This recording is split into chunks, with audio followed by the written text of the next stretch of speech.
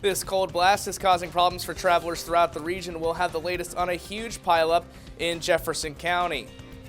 And for those choosing to stay inside, we'll have tips to keep your home warm and safe. And a wind chill advisory remains in place overnight for these bitterly cold temperatures heading in. We'll take a look at when the next round of wintry weather arrives coming up.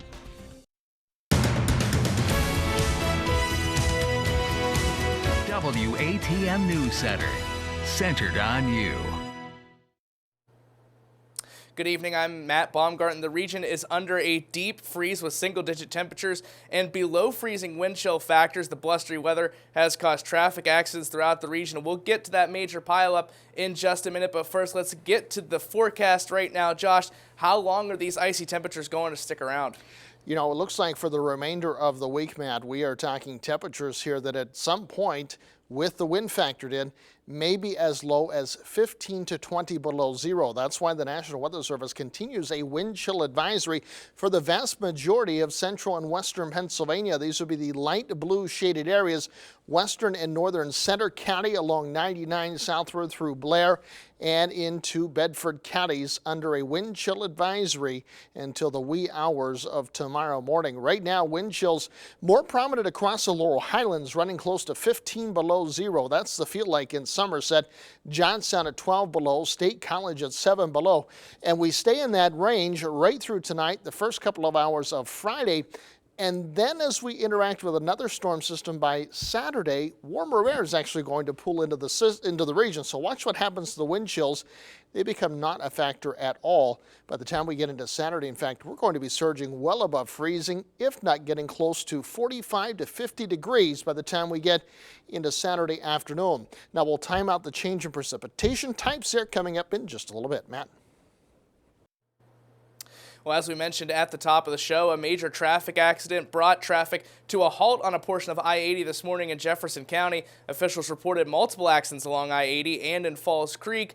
There were nearly 6 vehicles involved. Now take a look at this video right here. Whiteout conditions and the snow caused a huge major traffic accident between mile markers 93 and 94 on Interstate 80 in Jefferson County. While we were on scene, officials were assessing all the vehicles to make sure each driver was accounted for and transporting them to Penn Highlands Du Bois. Drivers who are stranded are being taken to a Red Cross shelter at the Clarion Hotel in Falls Creek. Right now, emergency officials are working to get undamaged vehicles moving so they can start towing the wrecked ones. They're also working on cleaning up fuel spills and cargo from tractor trailers. Multiple drivers that we spoke to said from a distance they couldn't tell if the vehicles involved in the accident were stopped or just driving slowly. Traffic was stopped. I tried to stop. I got pushed over into the other lane and I stopped and other cars started coming along. Truck passed over. He was going about 60, got into the ditch, and then it just started piling up after that. And state police say right now there's no word on what initially caused the accident. They say it will take some time to figure that out and who all was involved. Now, in the meantime, Interstate 80 East remains closed from exit 90 to exit 97. Officials say please be patient as they try to get it back open. And the freezing temperatures are making it difficult to be outside, so most will be inside. It's important to be safe when it comes to heating your home. Here are some tips when using space heaters. First, don't leave it unattended and make sure they're not near carpets or drapes. The National Fire Protection Association says heating equipment fires are the second leading cause of house fires. Cooking is the first. Now, for tips for your furnace, make sure it's running at full efficiency, especially with these cold temperatures. You don't want your energy bills to skyrocket, and if you can, have it looked at by a certified technician. With fossil fuels or any other type of fuel, it's very important to have those units cleaned and have all the safeties checked to prevent any fires or electrical fires or premature breakdowns or carbon monoxide building up in your house. And if you're planning on heading outside, dress in layers, cover your ears, head, mouth, and face. If you find yourself shivering, that is when your body is losing heat. It doesn't take long for hypothermia to set in. Here are some symptoms: exhaustion, confusion, and brightly red skin. Infants and the elderly are at a greater risk of developing those sorts of issues.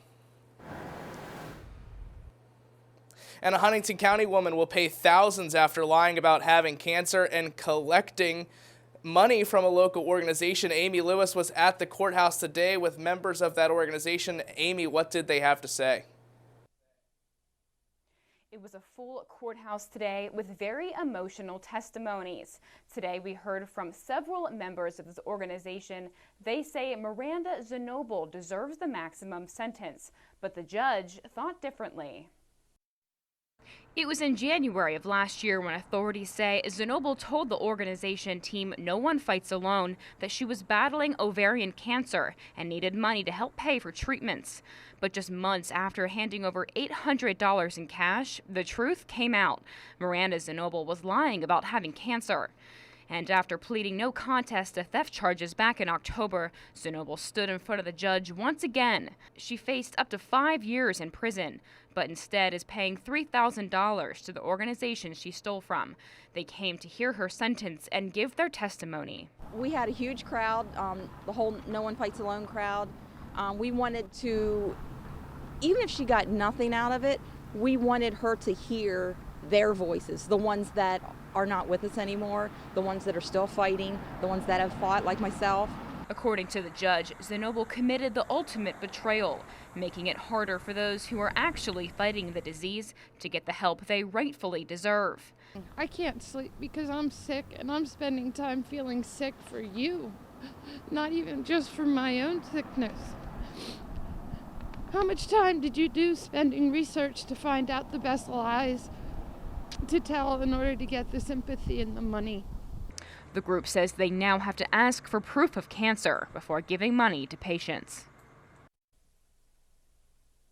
And along with a $3,000 fine, Zenoble was also placed on 5 years probation and will conduct 100 hours of community service in the health-related field. Reporting live, Amy Lewis.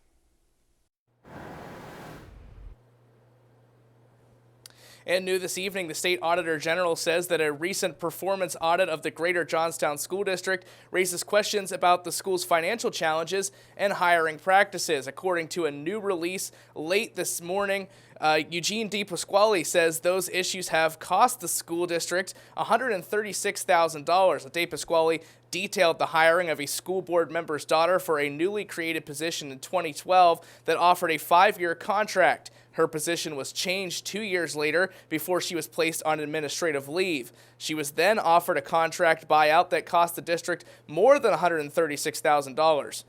18 months after the buyout, she was rehired in a different position. DePasquale cited the appearance of nepotism as well as entering into a long-term contract for what was essentially a clerical position.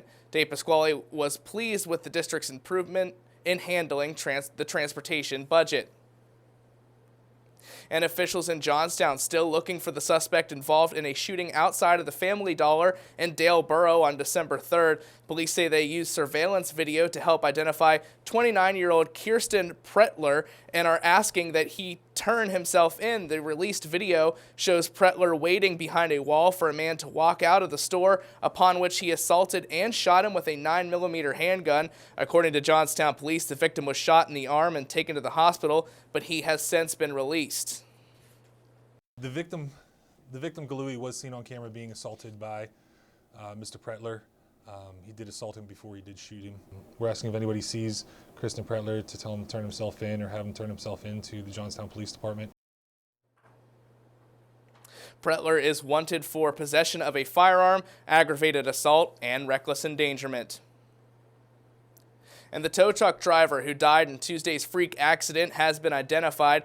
Cambria County Coroner Jeff Lease says James Harr died from chest and abdomen trauma due to crushing injuries.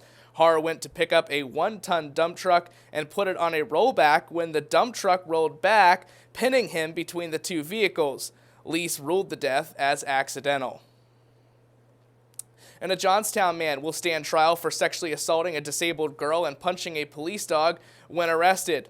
Gerald Orris III is accused of raping a disabled girl in November of 2015. Officials say they had been searching for Orris for more than a year when they found him hiding in a crawl space in a home earlier this month. Orris punched the dog when he refused to surrender to police. He is being held in the Cambria County Prison on a $150,000 bond. And Altoona police say one of their officers was attacked early Wednesday morning while trying to arrest a man who allegedly had brutally beaten a woman. Officials say that officer is okay, but the woman is in the hospital with severe facial injuries. Now, according to the criminal complaint, Jason Watm was found standing next to the victim when officers arrived on scene to the residence and tried to escape from officers by running into another room. When the initial responding officer tried to arrest him, police say Watm ripped an officer's uniform and went on the attack. He attempted to choke the officer and was engaged in actively physically resisting the officer. Watm is facing multiple charges, including aggravated assault with indifference to human life. And Mike McQuarrie's attorneys are seeking more money for their fees in the civil suit against Penn State. A judge and jury awarded McQuarrie a combined total of more than $12 million. Now McQuarrie's attorneys are asking for $1.7 million in attorney and legal fees. The presiding judge set a deadline Monday for March for all current appeal filings from both Penn State and McQuarrie. Ahead, local students came together to raise money for a classmate with cancer, the inventive way their teacher organized it, and frozen in time memorabilia and artifacts from World War I on display.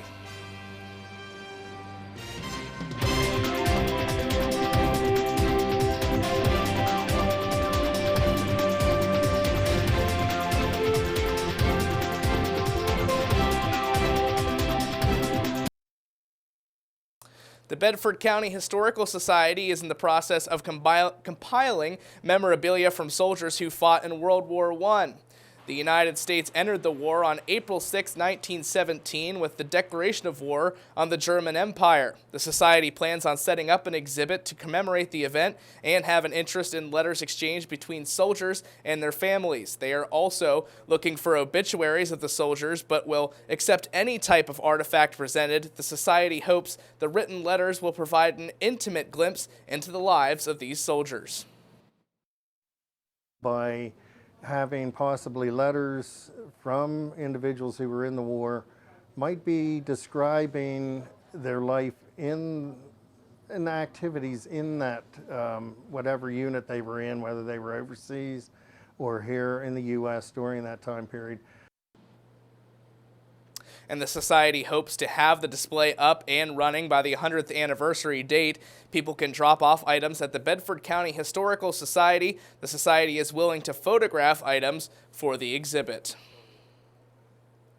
And students at a local elementary school assembled cookie jars that they're selling in order to raise funds for a classmate who has cancer. Every year, math teacher Rebecca Kissel from Portage Elementary School tries to give her students unique ways to put the skills that she teaches in the classroom to good use. And this year, when one of her students developed a brain tumor, she came up with the idea of selling cookies to teach her students business practices and donate all proceeds to the young boy affected. On Wednesday, the class packed more than 400 cookie jars. Actually, I cried already today because it's just going so well. And the kids are so pleased to be doing it. All of the ingredients they needed to bake the cookies were donated to the class by a company owned by the father of a student. And UPMC Altoona is offering telemedicine in its long list of services. Telemedicine is essentially a video conference between a physician or a surgeon and his or her patient. The hospital had a pilot conference between a neurosurgeon and his patient Wednesday, who lives within the region. This allowed the patient to talk with the surgeon, who was located in Pittsburgh. Obviously, if I have any concern, I would tell her to come in right away or to go to the emergency room at Altoona, so that there's no hesitation to see them. But I believe for their ease and comfort and satisfaction to do these kinds of appointments are going to become more and more prevalent. Telemedicine streamlines the process of recovery for the patient tremendously. The patient sits with a nurse or another doctor while the session is underway.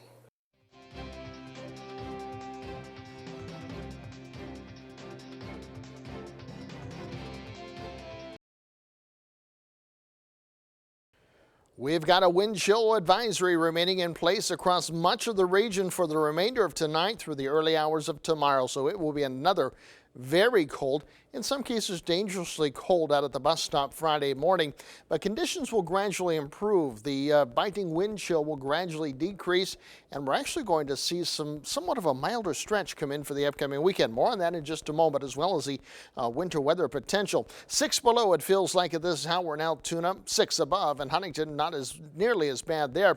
We're looking at 12 to 15 below across the Laurel Highlands, and maybe nearing 20 below at times into the early hours of a Friday across the Laurel Highlands. Into State College, we're talking wind chills tomorrow morning about 5 to 10 below zero. Throughout the day on Friday, though, we start to see this pattern break down a bit. We'll be above zero for much of the afternoon, albeit about 5 to 10 above zero. But here's the trend for Saturday. We're really pushing in some warmer air, and at that point, an area of low pressure is going to be moving in, and we'll start to change the precipitation types over to maybe a liquid variety. Tonight, we are still seeing snow showers more prominent closer to Lake Erie, coming across Cleveland to Erie on into Buffalo. Yeah, folks into western New York State picking up very, very intense lake effect snow showers. I think the main priority with that tonight is north of Interstate 80.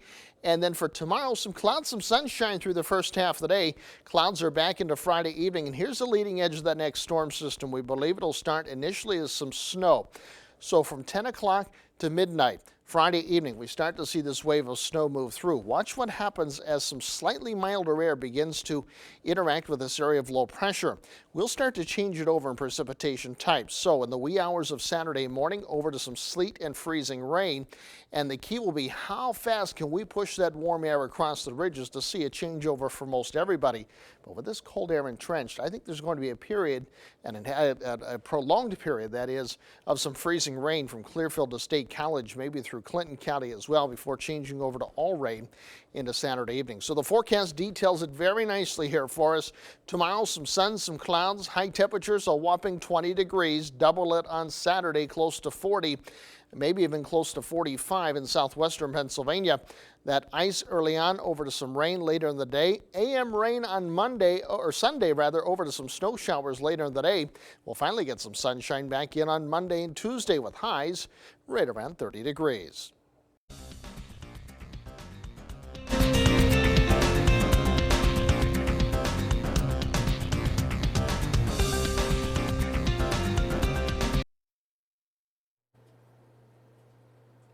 More Americans than ever before will travel to see loved ones this holiday season.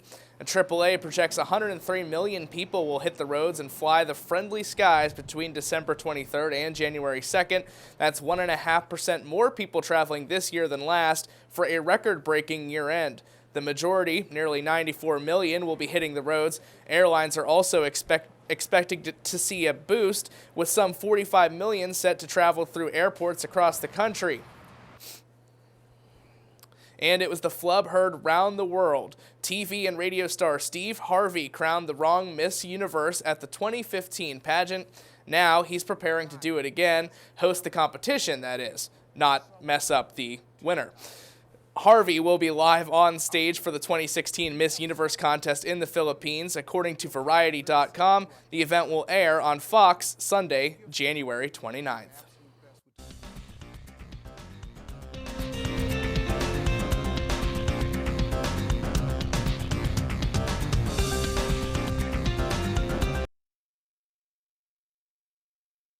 We keep some very cold temperatures in here tonight. Wind chills overnight across Center County, likely 10 below zero, maybe 15 to 20 below across the Laurel Highlands, but gradually improving temperature-wise, but a very messy weekend coming up.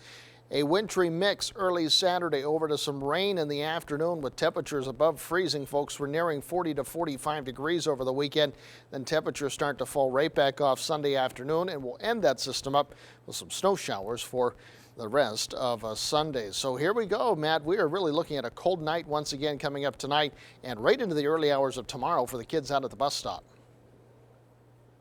Well, Josh, it's certainly cold out there, and like you said, it's going to be cold for the next day or so, and I don't know if I'd rather have the cold temperatures or the snow coming this weekend, but one thing I do know is everybody needs to stay safe out there, and if you can stay inside, please do, because it is brutally cold out there. Yeah, all right, that's all we have for you right now. We'll see you back here again at 11 o'clock.